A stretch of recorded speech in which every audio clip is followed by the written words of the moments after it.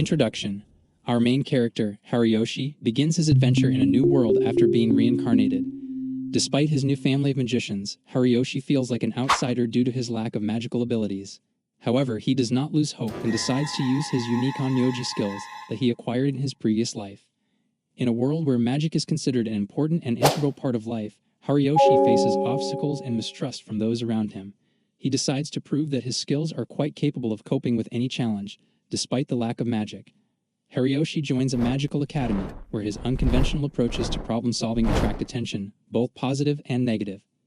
His desire for self-improvement and unique methods lead to the fact that he begins to win the respect of his comrades, and even attracts the interest of powerful magical forces. Throughout his journey, Haruyoshi discovers that his unique Onmyoji skills are capable of much more than he ever imagined. He discovers new aspects of his abilities, developing strategies that would be impossible to achieve with traditional magic. Thus, Haruyoshi becomes not only a powerful magician, but also an exceptional innovator in the magical world. The Haruyoshi manga offers a thrilling combination of fantasy elements, combat, and a story of personal growth where the protagonist strives to embrace his uniqueness in a world where magic rules everyday life. Chapter 1. The first chapter of the manga opens with a dramatic scene where Haruyoshi, once considered the strongest Onmyoji, finds himself on the verge of death after betraying his students. A hostage situation and accusations against Haruyoshi as an enemy of the imperial house set the stage for an exciting turn of events. The reader is first introduced to a world where magic plays a key role, and the focus shifts to Haruyoshi, who has experienced reincarnation into this unknown world. His new family of magicians, with whom he does not seem to share any common magical skills, adds an element of mystery and misunderstanding. While trying to adapt to his new life, Haruyoshi decides to use his unique Onmyoji skills to survive. He joins a magical academy, where his unusual methods and approaches attract attention, both positive and negative. The first chapter ends with a mysterious memory of why Haruyoshi's student cried at the moment of his death, despite the title of Strongest Onmyoji. This mysterious moment creates suspense and leaves the reader wanting to know more about the hero's past and his connection to his students. In a world where two moons adorn the calm and peaceful sky, the earth has become saturated with danger. Demons, monsters, and magicians with the power of the four elements have become a daily reality. In such a land filled with magic and danger, Haruyoshi found his new life after reincarnation. His rebirth occurred in the context of magical chaos, where every corner of the world presented a challenge and test. In the light of two moons, Haruyoshi feels the power of this world, where magic is closely intertwined with the existence of various creatures and forces. Facing demons, monsters, and mages wielding the power of the four elements, Haruyoshi finds that his unique Onmyoji skills become integral to his survival in this dangerous world. Seeking to use his previous knowledge and experience, he embarks on new battles and adventures, where every step is a challenge and every encounter can change the course of his destiny in this magical and exciting world. In this world, the Erdwood Empire stands out among others, being considered one of the most powerful. Among its proud inhabitants was born Sika Ramplog Haruyoshi, the son of a concubine of noble birth. Despite his privileged background in a family of magicians, Haruyoshi was born without magical abilities. This peculiarity of his birth became a source of misunderstanding and caused some discontent within the family, where magic was considered an important part of the heritage. As a result, despite his noble origins, Haruyoshi faced challenges and obstacles, preferring other methods of survival in a world where magic played a key role. The Erdwood Empire, as one of the leading forces, creates complex dynamics in society where Haruyoshi, devoid of magical gifts, is forced to prove his worth and find his way in this magical world full of intrigue and challenges. Kato found no problem with the fact that he was not destined to have magic. Despite his lack of magical abilities, he found solace and strength in using his previous unique abilities. Without an attraction to magic, Sika sought to stand out among the magical society by using the techniques and knowledge he gained in his previous life. His self-confidence and willingness to use unusual methods gave him a unique presence in a world where magic was the standard. This attitude allowed him to survive and thrive in environments where others relied on magical powers. Kato, deprived of magic, became an innovator of sorts, bringing his unique approaches to magical society and continuing to develop in this fantastic world full of mysteries and possibilities. Kato looked into the closet and discovered that his cloak had disappeared. However, Ifai, the daughter of a slave living with the Rumplog family, said that she washed it. Her humble work resembled official duties, and she became a kind of support for Kato in this house. Just as Kato was about to thank Ifai, her not-so-nice older brother, Gray, appeared. Kito's brother mocked him for his lack of magic. This dismissive atmosphere created tension in the Rumplog household, which was a mixture of different social statuses and relationships. Gray, being the older brother, used his magic to emphasize his superiority. In his manifestations of Sika's ridicule, he became an unpleasant rival, adding drama to the daily life of this unusual family. The rotting Imperial Academy of Magic was a renowned magical school dedicated to finding and training elite magicians for the good of the country. In this prestigious educational institution, not only educational processes took place, but also special relationships were formed within the magical society. With the arrival of his father, the insolence of Gray, Kito's older brother, somehow faded away. Gray's father regularly took him to magical training, during which the relationship between father and son became the main lesson for Gray. However, with the arrival of Kito, the training scenario began to change. Sika, showing courage, asked if he could join his father in Gray's magical training. This request changed the dynamics of the family relationship and piqued the father's interest. In response to this, he decided to take Kito under his wing and began training him in the art of magical combat. Father needed to teach Gray and Siko a special technique to fight the enemy directly. This method probably gave special strength and effectiveness in magical battles, and the father tried to pass on his knowledge to both sons. Thus, family relationships at the Rodney Academy of Magic became not only a source of training, but also a center for the formation of the personal qualities of future magicians. Gray, convinced that challenging Siko to magical training would be just a laughing matter, decided to test his magical abilities. Laughing, he implied that Siko would not be able to do anything meaningful. But Siko, despite the apparent uncertainty, agreed to the challenge, realizing that in this world only the strong can reach the top. Although Siko did not want to reveal his full power at the moment, he was aware that he needed to demonstrate at least a minimum of his abilities. He was willing to pretend to be weak to maintain appearances, but at the same time he needed to show that he was not as simple as he might seem. Thus began the magical training between Gray and Siko. Gray's laughter soon died down as he faced Siko's unexpected resistance and skill. This fight concealed not only the struggle for victory in one simple challenge, but also the desire of everyone to demonstrate their strength and determine their place in this magical world. Siko impressed those around him with his unusual ability, extracting phosphorus extract from the earth and using it to enhance fire. When a blue fireball appeared from his hands, everyone around him could not help but be surprised. At this moment, the father, his gaze sternly assessing his son, expressed some kind of concern. Although his father was aware that there were people who were able to use magic despite its natural absence, he emphasized that these were only exceptions. In addition, he reminded that the color of the fire can change depending on the strength of the owner of the magic. Instead of expressing pride or encouragement, the father emphasized that despite such isolated cases, none of these people had managed to achieve high status in the magical world. Due to Siko's desire to continue studying magic, his father expressed doubts about his success, claiming that it was a futile effort. These words caused mixed feelings in Siko, who was faced with conflicting ideas about his uniqueness and the possibility of using magic in this complex and ambiguous world. 2 years have passed since Siko's reincarnation. While in his previous life he often used yukai, in this life he was unable to detect them. Siko had a seal that connected the yukai world to his world. Theoretically, this seal could create a gate connecting both worlds. Deciding to carry out a fraud, Siko said the command summoned Kitsune, and a beautiful girl appeared in front of him. Siko was amazed that his plan worked. At that moment, he realized that he had a way to interact with the world of yukai and even summon creatures from this world. Shocked by the success of this experiment, Siko began to comprehend the new possibilities and prospects that opened up before him. The seal that unites the two worlds became the key to new adventures and discoveries for him. This moment meant for him not only success in using magic, but also the opportunity to pass through the edges of his world and meet amazing creatures from the world of yukai. Kitsune was immensely glad to see Haruyoshi again.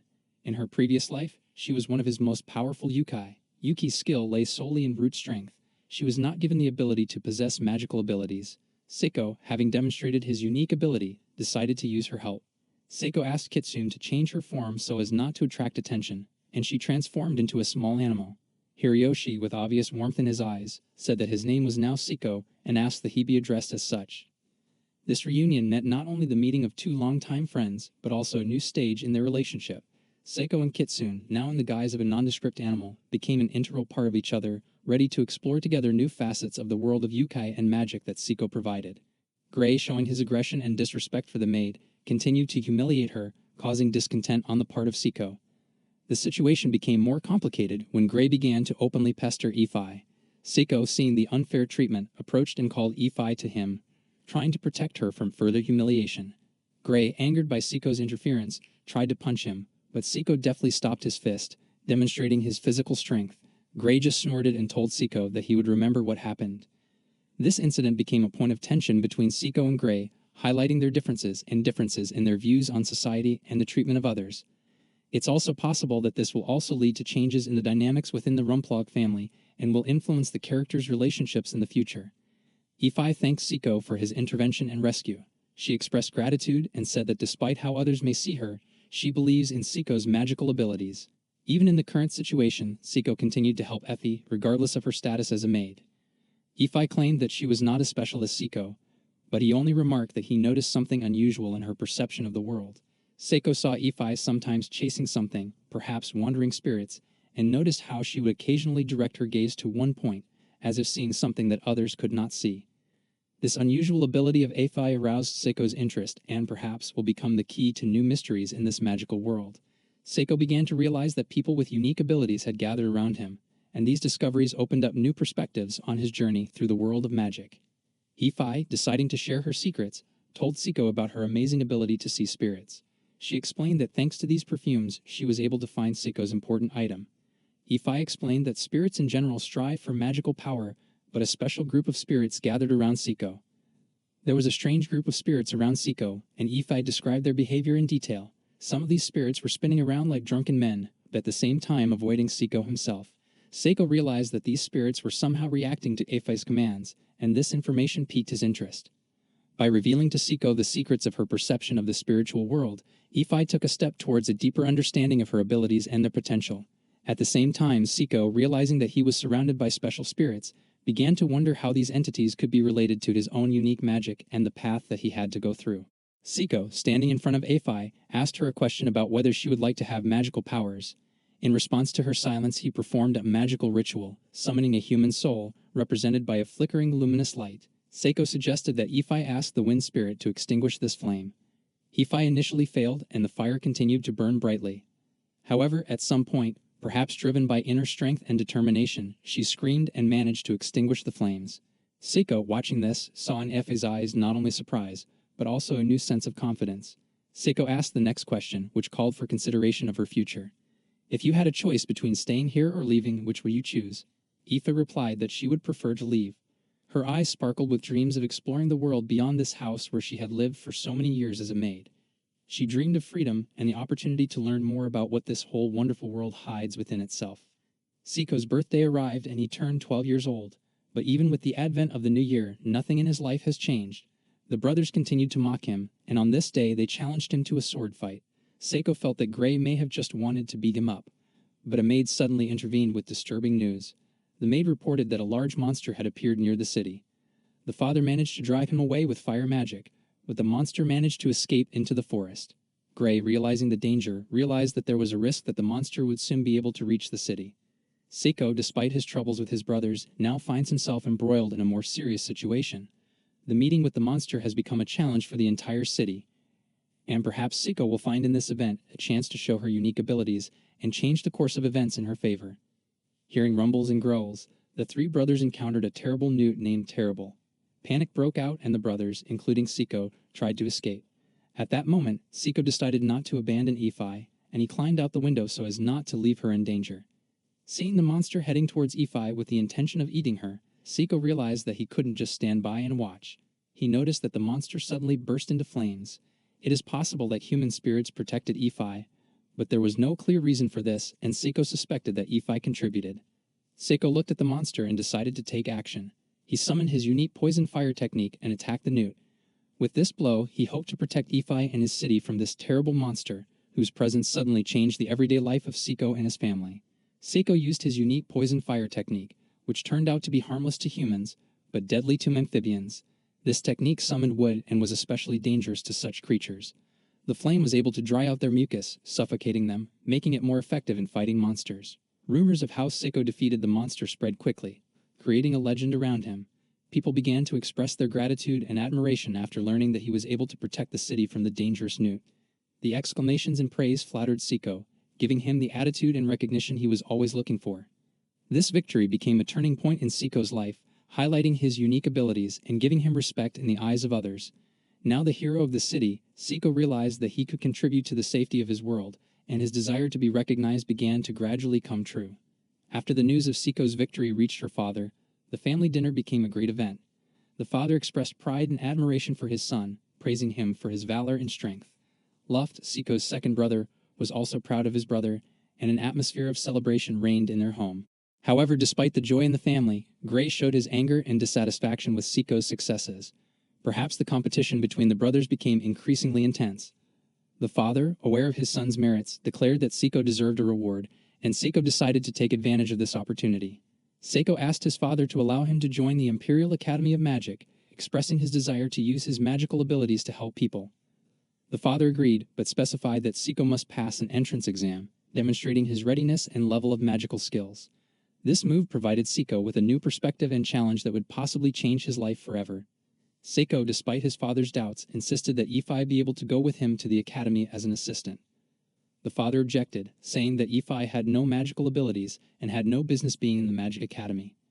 However, Siko claimed that Ifai had already begun to show her magical abilities, and he was determined to prove it.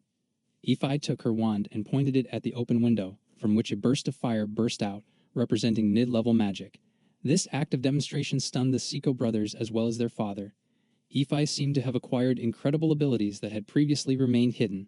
Having proven her magical powers, Ifai was now ready to travel with Siko to the academy to face new challenges and opportunities. This discovery will not only change their family dynamics, but will also affect their future in the world of magic. The father's consent for Siko and Ifai to enter the academy was given, but with the condition that both must pass the entrance exams without anyone's help.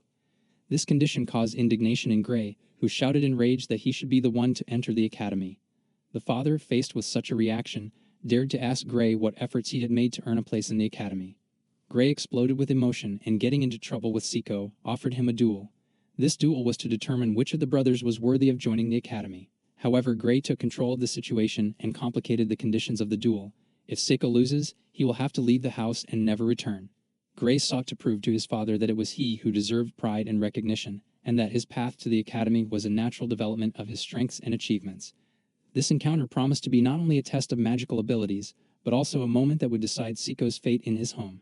Siko was standing in his usual training spot, studying and preparing for the upcoming duel, when suddenly Luft approached him. His brother wished him a happy birthday and gave him a small, carefully wrapped box as a gift. Siko was pleasantly surprised by this sudden attention and unexpected surprise. Unpacking the gift, Siko found a glass pen inside. Luft, smiling, explained that he knew how Siko always strives for knowledge and learning, so he decided that a glass pen would be an excellent symbol of this rapid thirst for knowledge, as well as a practical and beautiful gift. During his congratulations, Luft not only expressed his best wishes to his brother, but also began to talk about his personal growth and achievements. Luft praised Siko for the effort and work he puts into training and preparation. He expressed pride in his brother and said that he has seen his constant growth lately. For Siko, this moment became special and significant. It was not just a gift, but a symbol of support, understanding, and recognition from my brother. For the first time, Luft expressed his pride and respect, which made this birthday special and memorable. This became another source of inspiration and strength for Siko as he faces the upcoming duel and challenges at the Magic Academy. Siko shared his delight over the gift with Yokai Yuko, discussing how the glass pen would be useful and convenient for practicing magic. However, their conversation was interrupted by an unexpected event. Suddenly, Yuko, one of the Yukai, was sent flying to the side by a strong blow. Gray appeared in front of Siko, clearly displeased and declaring that Siko was trying to take his place. Gray, feeling furious, shouted that he wanted to fight right now and nothing would stop him. In response to the challenge, Gray summoned a fiery roar in an attempt to attack Siko. Instead of panicking, Siko reacted easily, joking that it sounded more like a fiery screech than a fiery roar. The brotherly duel began, and Gray attacked Siko using his fire magic, while Siko masterfully used light attribute magic to defend. Suddenly, Siko used his magic and Gray felt as if his arm was broken. However, Siko claimed that these were just sensations, playing on a psychological level. Siko continued to behave confidently, even in difficult conditions, emphasizing his high magical skill. The next morning arrived and Gray's room remained unoccupied. This was confirmation that he was unable to get up after losing the duel, and Siko was declared the winner unanimously. This success gave Siko additional self-confidence, and he understood that an even more important test was now ahead: the entrance exam to the Imperial Academy of Magic. Siko had been working hard the previous year. His spirits freed the forest from monsters, which led to the fact that one of the dangerous creatures was forced to leave his usual refuge in the mountains. These achievements and adventures helped him impress those around him and arouse the admiration of even his brothers. The entrance exam was an important moment in his quest for recognition from his father. Seiko realized that he had a difficult path ahead of him, and this exam became a key test. In his previous life, he was unable to achieve outstanding results, but this time he is determined to change his destiny. The exam became an opportunity not only to demonstrate his true magical power, but also to earn the respect and recognition of his father. Seiko was ready to go through all the difficulties in pursuit of his goal. Chapter 2. Ifai and Seiko headed to the academy, getting closer with every kilometer to the place where their new life would unfold. Seiko felt unwell, worried about the upcoming events. However, they were full of anticipation, waiting for what would happen next. As they moved forward into the capital, his father thought about Seiko, exploring complex thoughts and feelings. 12 years ago, a woman brought another child into the house. Alarmed and driven out of demon territory, she claimed that the baby was the son of Gilbert's father's brother. This explained why Seiko was not Gilbert's real son, and the memories of how everything happened made his father reflect on the incredible circumstances that led to this moment. The father did not want to leave the child in the orphanage, so he decided to take the situation as an advantage. He asked the maid if this child is a demon. The father told everyone that this child was the son of his mistress, because he was sure that people would mock him, but people still began to suspect something. In this country, it was extremely rare to have black eyes and black hair. When Seiko was barely a year old, he had already begun to show his magical abilities. In this world, magic and language were closely linked, and such abilities were unusual for a child his age. No ordinary child could wield magic that early unless they were a demon. Seiko's relationship with her brothers developed in different ways. Luft always kept his distance from him, perhaps because of his unusual abilities. Over time, Gray became increasingly aggressive towards Seiko, creating further complications in their relationship. When Seiko reached the age of 3, he could already manipulate lost magic. However, the magic measurement ceremony showed that he lacked magic, and the father assumed that his son would grow up like an ordinary child. However, the magic that Seiko displayed in his practice was different from ordinary flames. It was something unique, and even Ifei's rings of fire were a little different from the usual ones. In other words, Seiko was using a different type of magic that didn't meet normal standards. My father was haunted by the thought of what fate awaited Seiko in the Imperial Army because of his unique magic. This magic, although it promised incredible possibilities, also carried with it the potential for danger. Too often in history, great powers have consumed their masters. Seiko's loyalty and actions became a mystery depending on the environment. He could become a hero fighting for the good of the country, or turn into a monster destroying the world around him. Gilbert, Seiko's father, who had gone through many difficult experiences himself, supported the idea that education could be the key to personal development. He advised his son to go to school where he could gain knowledge and skills, and gain an understanding of his unique magic. The father decided to take this step, but not without anxiety, praying that Seiko would find his way and be able to use his powers for good. Seiko and Ifei finally arrived at the academy, where they were each given their own room. Seiko received a certificate from his father confirming his mastery over Ifei. Ifei, in turn, did not hide her admiration and gratitude for her new life under the tutelage of Seiko. In the evening, when night had already fallen, Ifei decided to thank her new master and asked him to come to her. However, Seiko, citing the reason for the lack of appetite, suggested that she eat dinner on her own. Outside the room, the quiet noise of academic life could be heard, and inside, a strange but fascinating interaction began between the master and his new ward. The Magic Academy welcomed Seiko and Ifei with its special world. There were power limiters throughout the academy, which was quite expected for such a magical institution. Walking through the academy's portal, they headed to the registration desk to submit their names. The friendly woman behind the counter invited them to place their hands on a special ball that measured magical power. However, when Seiko placed his hand on the ball, it did not glow, indicating the boy's lack of magical power. This caused confusion and whispers among the students standing nearby, who saw that the new student had no measurable magic. Seiko, however, confidently stated that he would be able to prove himself in practical tests. At the Magic Academy, Amiya, a commoner, walked among the crowd of students, and her interaction with the magic meter caused a real stir. The ball glowed with a blinding white light, indicating that Amiya had a unique compatibility with all attributes of magic. This event could not go unnoticed, and a crowd of students began to whisper and discuss the extraordinary abilities of the newly minted student. Looking at Seiko, Amiya noted his presence and warned him not to even try to get in her way. Seiko felt slightly surprised at the challenge he had just received. There was confidence in her eyes, and her words sounded like a warning. She seemed to have something special that caught Seiko's attention. Moreover, Amiya's hair color was different from those he had seen in his past, but despite this, she still reminded him of the child whose life he had taken in his previous life. This similarity added mystery and some mystery to their meeting at the Magic Academy. Seiko and Ifei stood in the crowd of students, listening intently to the explanations regarding the practical test. Suddenly, Ifi decided to demonstrate her magical abilities by melting a large stove, which caused a real shock to everyone present. The liquid she created amazed the imagination with its thickness and sparkling light. However, unsatisfied with this result, Ifi decided to try again, this time using the windy spear spell. A whirlwind of wind, accompanied by a forceful flow, destroyed the slab, causing even greater admiration from those around.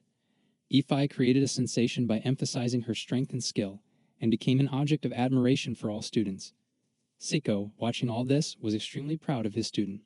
Ifi, despite her recent appearance at the academy, has already proven herself to be a magician with incredible potential and power, which promised a great future in the world of magic. Now, when it was Seiko's turn, everyone around remained skeptic in disbelief because he was not even assigned magical powers. He decided to demonstrate his skills by creating a fireball surrounded by blue flames. Many were amazed by the unexpected and beautiful sight of this glowing flame. Seiko then directed his magic towards the stone slab and easily broke it into pieces, causing even more surprise among the students. He continued to impress with his skills, using earthbending to shatter the prit slabs into small pieces. Those watching found it hard to believe their eyes as Seiko, while possessing no official magical power, continued to impress with his magical gifts. Eventually, he resorted to water magic, using the water freezing technique to freeze the water around him, leaving everyone present speechless. Surprise and admiration transformed skeptical views, and Seiko, despite his lack of formal magic, won the respect of his peers. The wind was truly Ifi's best ally, but the mystery of whether she belonged to light or dark magic remained unsolved. This uncertain moment gave her a special mystery. The evaluators responsible for assessing magical abilities were confused when faced with the unusual art of Ifi and Seiko.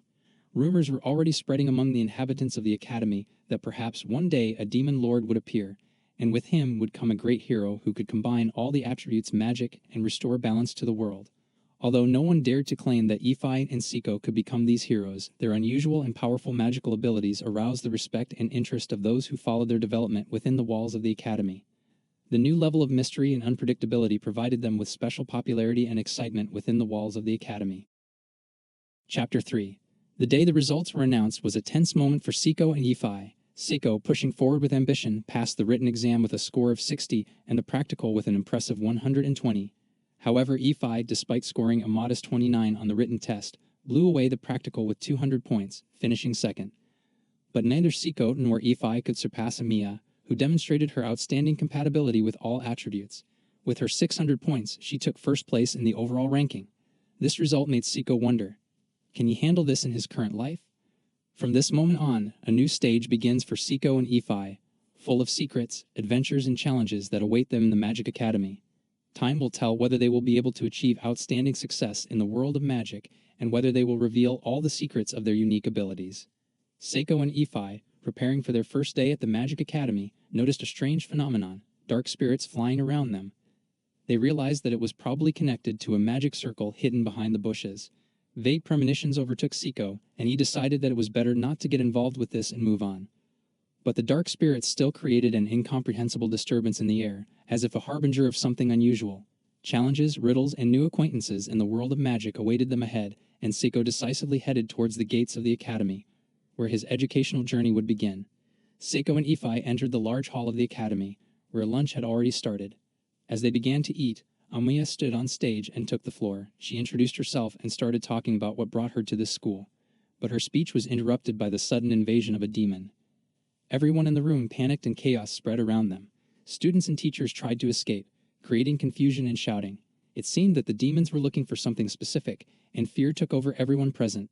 Seiko and Ifi, who decided not to remain on the sidelines, also tried to understand what was happening and get out of this situation. Bravely facing the demon, Amiya pierced his eye with a well-aimed blow from her spiral spear. This decisive action created a brief but useful distraction. At this time, Seiko, using the spirit, discovered the demon summoner. He quickly instructed Ifi to leave if anything went wrong, and he himself headed towards the source of the evil. Once in front of the summoner, Seiko was faced with many demons. He, however, wielded his magic so skillfully that he was able to deal with them one by one. Finally, only the last demon remained, and Seiko prepared for the finishing blow. Seiko glanced at the remaining demon, feeling the tension swirling around him. His black eyes sparkled with blue fire, and in the magician's hands a sword of fiery sparks flickered. At that moment, his spirits moved forward, enveloping him in power. The demon, sensing danger, angrily rushed into the attack, trying to pierce Seiko with its claw. However, the magician was prepared. With the help of shadows, he instantly moved to the side, avoiding a dangerous blow. In response, he released a stream of fire magic, enveloping the demon in flames. The battle was fierce. Seiko, interacting with spirits and mastering a variety of magic, subjugated the last demon. The dark forces that had previously obeyed the summoner now obeyed Seiko's magic. At that moment, he felt that something was changing in his inner world. Invisible threads of magic began to connect, creating a subtle connection with the spirits and his surroundings. Seiko realized that his abilities were just beginning to unfold. Gul, the metal demon, gripped Seiko tightly in his powerful claws. He controlled fire and earth, making him a formidable opponent. Seiko felt the demon's strength pulling him down, the metallic grip squeezing him, leaving little chance of resistance. Are you sure that the new demon king and hero have come to this world? Seiko asked, trying to understand the essence of what was happening. Gul grinned as he released one of his powerful arms to easily lift Seiko into the air. Young mage, this is not a fairy tale. Great forces are moving in the world, and I have come on the orders of the new demon king. You may have the power to shift the balance in their favor. Seiko felt that the situation was becoming more and more unpredictable. He remembered his childhood dreams of heroes and villains, but now those dreams had become a living reality, encompassing his own life. In the blink of an eye, Seiko used his magic to create a copy of his body that exposed itself to the demon's stabbing attack. Seiko's original body, meanwhile, fell to the ground, but his life was intact. The demon, finding no resistance, decided that Seiko was no longer of interest to him.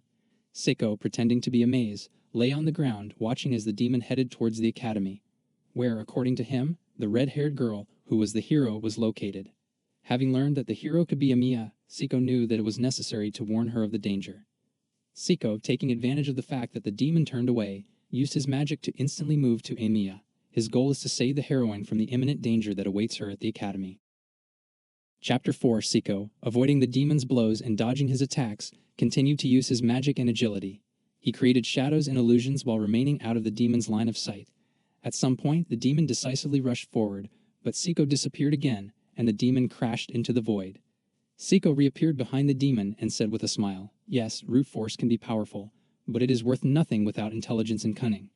And I am sure that intelligence always trumps strength." The demon, growling angrily, continued to try to attack Seiko, but each time he found a new way to evade. Seiko, watching the irritated demon with satisfaction, decided to take advantage of the moment and headed to the academy, where his friends might need help. The demon disappeared, leaving Seiko in disbelief. Seiko carefully examined his surroundings, trying to figure out where the demon might be. Suddenly, his laughter was heard from behind. The demon seemed to be playing cat and mouse with Seiko. "You think a simple thunder beast can handle me?" said the demon, growing out of the shadows. His body was surrounded by fiery light, and his eyes sparkled ominously. Seiko knew that conventional methods would not help him. The demon was strong, and Seiko had to find a way to outplay him in this dangerous game. The water flames flickered, forming picturesque water images in the air. Seiko, overcoming the pain, picked up his magic wand again. He closed his eyes, concentrating, and when he opened them again, his gaze was filled with determination. "You may be strong, demon, but strength does not always prevail. I am not afraid of your strength. My magic is a connection with nature, with all its elements. You are only a part of this world, and I will take advantage of it." Seiko waved his wand, and a stream of water fell on the demon with renewed force. Then, quickly turning to the element of metal, he formed a tip from the water droplets, creating a metal blade pointed towards the demon. The demon, fighting the water forces, did not expect such a level of cunning and magical skill. His strength began to weaken under the pressure of Seiko's unusual magical attacks. Seiko felt a rustling sound behind him, but before he could turn around, the demon's hand pierced the air and struck him. However, instead of simply suffering from the blow, Seiko was able to react quickly. He summoned metal and water magic, forming a powerful weapon in his hand. Seiko destroyed the air with a well-aimed and powerful blow, meeting the demon's hand. The demon suddenly resisted, lost his balance and fell to his knees in front of Seiko. He looked up, confident in his victory, and declared that victory was impossible for him. Seiko, standing up with confidence in his eyes, replied, "My magic has not yet reached its peak, demon. You cannot predict what will happen next." The demon turned away with a grin, claiming that the demon could not be defeated. However, Seiko smiled, ready to prove otherwise, and in the next moment he called his magic to life, ready to fight what lay ahead. Seiko, feeling the bitterness of fighting the demon, decided to use his last card. Focusing his magic, he summoned his faithful Yukai, the mythical dragon Mizushi. With powerful wings and a sparkle in his eyes, the dragon easily intervened in the battle. Mizushi, with selfless devotion to his master, grabbed the demon with his sharp teeth and immediately swallowed it. Seiko felt the weight of the struggle letting go of him, and he decided to go to the academy. leaving yesterday's storm of strength behind him. However, as he began to move forward, his supernatural dragon suddenly turned and knocked Seiko off her feet. Surprised and dejected, Seiko tried to command the dragon to return, but his faithful companion seemed determined not to obey. Seiko realized that he faced unexpected challenges and new mysteries, and he looked forward decisively, ready for new adventures. Although Seiko had enough mana to resist the demon, his body was not yet fully ready to use its full power. Only 10% of its former power was available at this time. Even his strong familiars that he could usually rely on were defeated by the unknown child. Only his faithful Mizushi remained, whom he called at this difficult moment. Seiko realized that he would have to carefully work on his skills and magic in order to fully restore his strength. It was a challenge he was ready to take on. After all, even now, with limited resources, he was able to repel the demon, and this spoke of his potential and willpower. Seiko realized that the path forward would not be easy, but he was ready for the challenge of fate. When Yuki came running to Seiko, he realized that her presence was a support for him. She left him temporarily because she was useless at that moment. Seiko looked at her gratefully and asked her to keep the secret of what happened today, not to tell anyone about the events and the strength that he showed in the fight against the demon. He realized that some things were better left in the shadows and decided for himself, without sharing the details with others. Seiko returned to the academy, and the looks of those around him were filled with various emotions: envy, respect, and in some, perhaps even fear. They all looked at Amiya, who had slain the demon with her mighty power. Seiko thought that no matter how strong you become, eventually those around you might try to crush you with their attention and prejudice. It was something he felt firsthand. Seiko, having entered this magical academy, had a specific goal, not only to gain knowledge and skills in magic, but also to find someone who could become a real hero when Seiko's own powers ceased to be the highest. In his quest, he turned his attention to Ifai, whose magical power was impressive. But it was clear to Seiko that their common goal required not just a magician, but a true hero. Seiko understood that in the future he might have to leave his post and pass the baton to a stronger one. Ifai, being a hero, was the one who could become such an heir. Seiko sought to be her ally and support, ready to shoulder the burden when the time came. His path to the academy not only served to improve his own strengths, but also to find a reliable ally in Ifai. Seiko humbly accepted the idea that Amaya could be crushed by enemies or difficulties. He understood that this time there would be a period of sadness, but instead of delving into sadness, he decided to focus on the positive aspects. Even with the potential for more demonic attacks, he began to look to the future with confidence in the present. For Seiko, the most important thing was not only to strengthen her strength, but also to help Amiya become the most powerful being in this exciting and magical world. He saw his mission as being a support and encouragement to success for those he valued. His goal was not limited to simply his own prosperity, but also included the upliftment of those around him. Chapter 5. Seiko strived for a relaxed and carefree life, relying on his plan. His main goal is to make friends with the hero and enjoy life, calmly ensconced under his reliable protection. Seiko imagined that his and Amyu's friendship might blossom, turning them into inseparable school friends. Such a simple and optimistic plan seemed ideal for Seiko, promising him peace and joy in the company of a hero. He was full of confidence that such a union would not only bring joy and adventure, but also protect him from potential threats. Seito was aware that the relationship with Amyu did not start out as he expected. Despite her goodwill and willingness to support, Amaya showed no interest in him and even avoided communication. Seito, however, did not perceive this as a problem, believing that the time was still ahead and school life had just begun. His optimism and confidence that he had enough time to build friendships helped him maintain a positive attitude. Seito understood that in this life he must learn step by step to make new friends and not rush into his plans. After all, school time provided many opportunities for communication and new acquaintances. Seiko realized that his isolation and aloofness could lead to conflicts with others.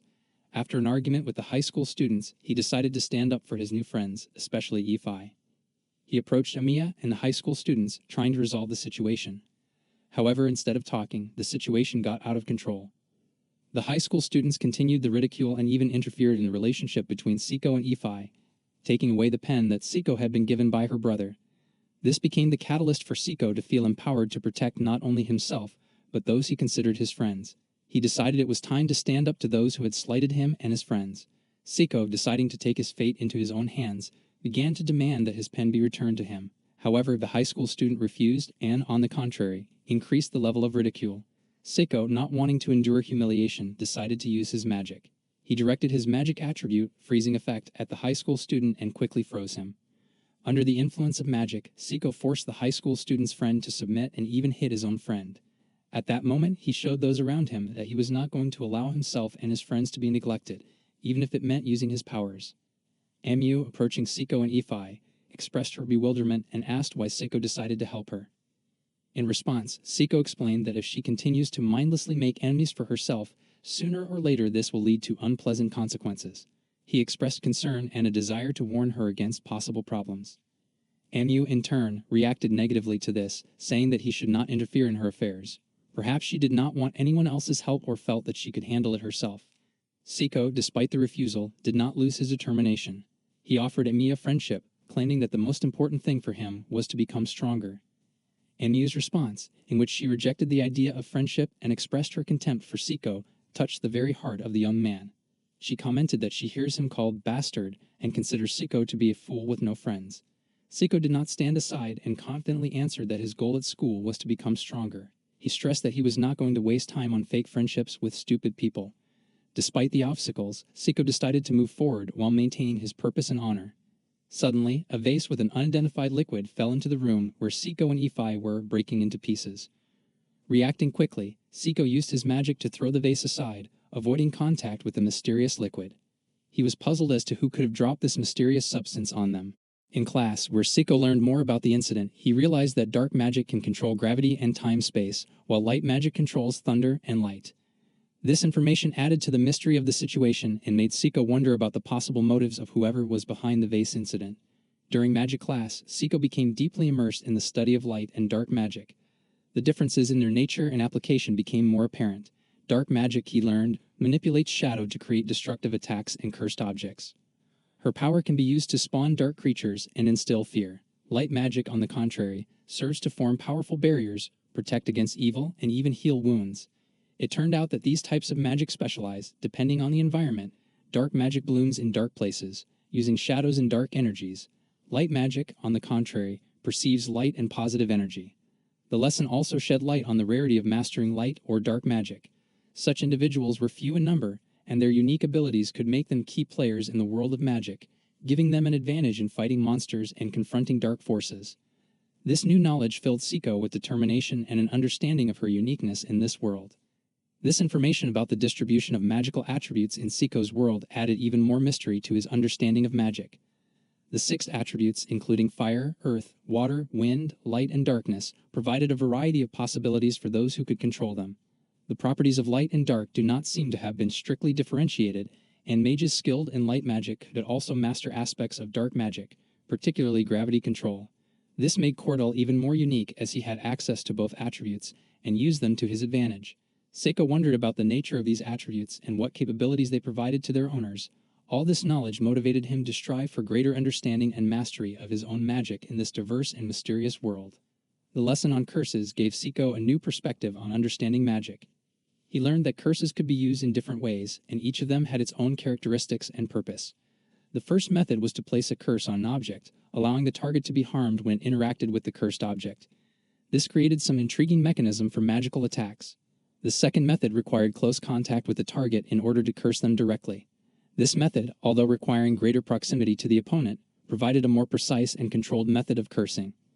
It was interesting to learn that curses were considered less effective in comparison to the use of 4 magical attributes specialized in killing monsters. This emphasized the importance of choosing the right means depending on the specific situation. Siko remembered his previous experiences with curses in his past life and realized how this knowledge could be useful in his current journey and fight against monsters. The opening ceremony of the school was approaching, and on the eve of this important event, all students were looking forward to a day off, which they could spend in preparation. Amiya and Ifi, despite having the day off, chose to use the time to help prepare for the ceremony. One of the special rituals that was held before the start of the school year was the ceremony of offering in the woods to the Rodney. The names of 2 first-year students were written on parchment and were considered a kind of gift to nature. The forest, which was both a magical and historical place, contained the ruins of a temple where great sages searched for sources of magical power. It was believed that these springs, left untouched, could provide nutritious herbs. By giving their names to the forest, the students expressed gratitude for the support and wisdom they hoped to receive during their studies. The students also paid tribute to the great temple and adhered to the philosophy of the great sages. This tradition represented a symbolic connection between past, present, and future generations of students who sought knowledge and wisdom stemming from antiquity. The best students took part in worship each year, respecting their predecessors and taking responsibility for the legacy of magic and knowledge. Amiya continued to show incredible caution, and Seiko felt that he did not fully understand the reasons for her anxiety. The forest they were heading into was notorious for its dangers, especially given the presence of Galeos, a monster Seiko had encountered before. Deciding to go to this forest with Amiya, Seiko ordered Ifai to refrain from this dangerous journey. Ifai, despite her reluctance to refuse, realized that Seiko was responsible for the safety of the entire group. His serious look made her come to terms with her decision and refuse to participate in this dangerous adventure. Despite her disappointment, Ifai recognized Seiko's leadership qualities and complied with his decision, understanding that everyone's safety was of utmost importance. The teacher, upset by Seiko's behavior, expressed his dissatisfaction, pointing out the lack of adherence to etiquette and the need to show respect. Seiko, in turn, reacted sharply, refusing to entrust such honorable duties to his slave.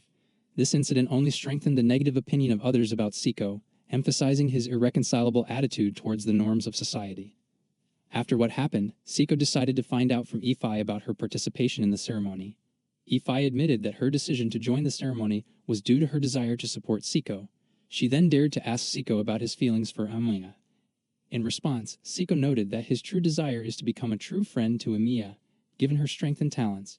Ifai, in turn, assured Seiko that she too was capable of becoming just as strong and would not give in to Amiya. This conversation allowed them to better understand each other and strengthen their relationship in the difficult conditions of school life. Chapter 6. The day of the ceremony started as normal, but something unusual came when Amiya suddenly felt a pain in her head. This did not leave Seiko indifferent, who, feeling something strange, could not ignore such premonitions. The seal, known to him from his meeting with the demons, lit up, and a stream of magic spread around him. Anxiety overtook Seiko and he hurried away, feeling that something serious was happening. Together with Amiya and Ifai, he found himself in a place where magic and demons combined their powers, creating an unstable and dangerous combination. There was a mystery hidden in this magical vortex where two different worlds collided, and Seiko could not ignore the warning that a storm on the horizon could change their world. In an enclosed space where magic and demons mingled, Seiko and Amiya stood in the center of the storm, fighting off an infestation of demons. Seiko, in addition to his basic attributes, possessed rare and unique skills that could influence the surrounding space. Seiko used these unusual skills with caution, relying on his instinct and magical intuition. Together with Amiya, they easily slaughtered the demons, realizing that their combined forces in this chaotic space could offer an advantage in the fight.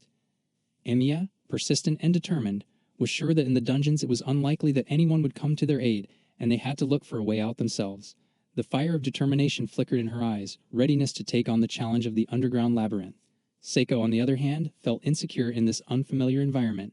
It seemed to him that without support or knowledge of what might lie in the depths, it was better to wait for help. However, every step into the dungeon created new questions and caused anxiety. They stood in the darkness of the dungeon, their gazes meeting in silence, feeling the weight of making a decision. Time was establishing its invisible threads around them, while a group of first-year students stood at the crossroads of choice, to stay and wait or to boldly move forward. Amiya initially felt uneasy about the situation, but Seiko explained to her that it was just part of his plan. He used his charms to turn the pieces of paper into invisible magical spies in the form of bees flying over the forest. Seiko concentrated, trying to feel the changes in the surrounding magic. Amiya, despite her caution, was intrigued as she watched Seiko perform her experiment. She couldn't fully understand his motivation, but she nevertheless felt that he was hiding something. The dungeon turned out to be a place of mysteries and dangers, but Seiko remained confident. Gradually they moved deeper into the dungeon, encountering magical obstacles and monsters, but Seiko remained focused on his experiment. Amiya, although uneasy, continued to follow him, trusting his strange but fascinating approach to the situation. Seiko, sensing changes in magic, realized that something unusual and extremely powerful was approaching them. Amiya, carefully examining the magical traces, added that their possible opponent has the ability to transform magic into physical strength. This fact foreshadows something much more complex and dangerous than anything Seiko has encountered before. Masterfully wielding a sword and displaying outstanding defensive skills, Amiya also demonstrated the ability to use all magical attributes. Her unique combination of military and magical prowess made her a dangerous and unexpected opponent. Seiko realized that they were facing a serious threat, and the fire of determination flared in his soul.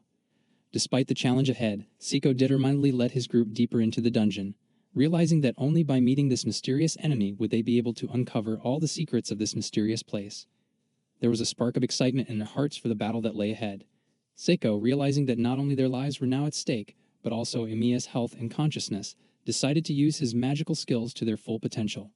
His resolve strengthened as he sensed the approach of even more demons, looming over them like a shadow of a threat. Seiko, concentrating all his energy, summoned a huge creature in the form of a giant centipede.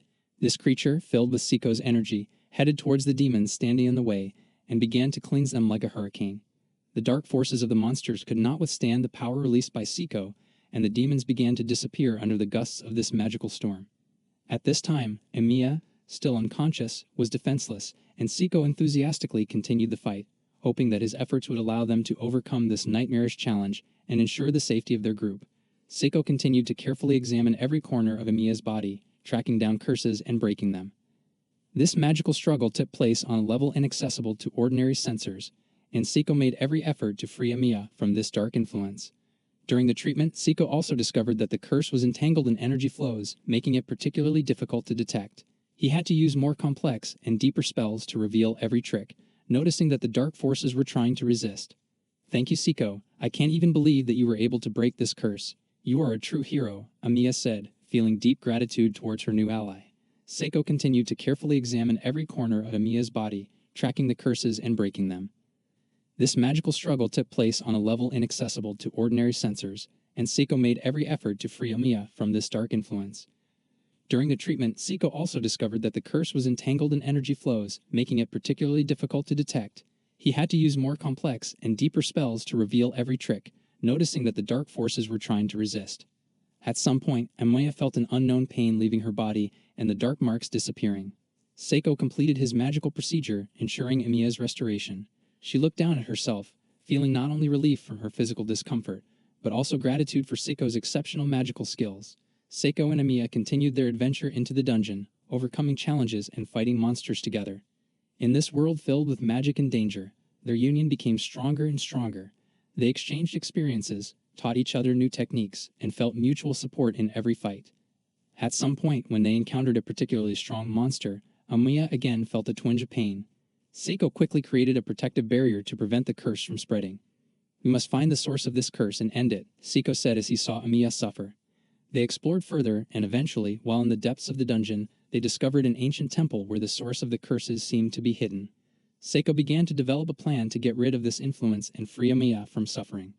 Seiko continued to overcome his inner barriers, trying to find a balance between his fears and the desire to be connected to someone. This mixed dynamic between him and Ifai created some tension in their relationship, and Seiko was unsure how these feelings would develop in the future. While Seiko tended to avoid attachments, Emiya strived to maintain her unwavering strength and fighting spirit. Her commitment to battle and willingness to take on challenges could be both her strength and weakness, depending on the context. Emiya's family heritage also added interesting aspects to her personality. Her mother's work in the guild and her father's travels gave her a certain uniqueness, leaving room for future development of the plot. All of these elements created a fascinating world and a mysterious past for the characters, giving them the opportunity to develop their personalities over the course of their adventures. Emiya, in search of strength in her place in the world, felt that her inner world was full of contradictions and secrets. The desire for power became for her a kind of guide in the labyrinths of her own emotions and internal conflicts. In the academy, where power and magic were intertwined, she sought not only knowledge, but also answers to her own questions. Her preference for fighting demons rather than studying in class added an interesting dynamic to her character. Because of her drive, she felt that she could free herself from the rigors of the academy, finding solace in battle. Perhaps this was her way of dealing with her own inner storm. She was afraid that Seiko might think she was crazy for approaching life this way. This created an additional dynamic in their relationship, where misunderstandings and fears were exacerbated by Emiya's inner demons. However, it also became an opportunity for the character's development in the context of her interactions with other characters. In his thoughts, Seiko realized that his beliefs may be limited, and he embodies the classical philosophy of procreation as the main goal of life. However, Emiyu's presence in his life caused some changes in his thinking. His attitude towards Emiya was not only respectful, but also curious. Seiko saw something unique and inspiring in her, different from his usual view of values. Although Emiya was often perceived as a battle madman, Seiko understood that behind this external picture lay a desire to become stronger, overcome his limits, and fight demons. For Seiko, this was something valuable and perhaps even aroused his interest in new approaches to determining the meaning of life. Thus, interactions with Emiya made Seiko realize that standard measures of value can be relative, and everyone can find their own way in the search for meaning. He realized that exceptional life stories like Emiya's could be a source of inspiration, even if they did not align with his own beliefs. Seiko began to delve deeper into Amiya's unique vision of the world. He realized that her desire for strength and readiness for conflict opened the door to new, previously unseen perspectives. In her eyes, demons ceased to be just enemies, turning into an intriguing part of a fascinating and challenging world of adventure. Seiko was beginning to understand that in this quest for strength and fearlessness, Amiya could not be seen as a strange case, but as a valuable quality. He saw something unique and inspiring in her approach to life. In his reflections, he realized that for her, attention to detail and readiness for conflict are not just character traits, but real strength. So instead of thinking she was weird, Seiko decided to support and admire these traits of her character. This journey in the world of demons was not only a test for him, but also an opportunity to enjoy the diversity of the world, even when it is filled with challenges and dangers. Thus, the world of Amiya became for Seiko an unexplored and exciting journey into the depths of adventure. Amiya, determined to take on the role of mentor in this strange, dangerous demon world, approached Seiko with determination on her face. The fire of determination burned in her eyes, and her sword was held in her hands, ready to face any challenge that they had to face in this world of darkness and danger. Seiko, you can consider me your senpai in this strange adventure. Together we will go through all the difficulties and emerge as the winners. I will show you how to deal with demons and use your powers to their full potential. Are you ready for this challenge? Amiya said, her voice sounding determined but caring at the same time. Seiko knew that new horizons were opening up for him, and he looked forward to following Amiya on this exciting adventure, under her leadership to conquer the worlds and leave a mark on the history of this strange but exciting world of demons.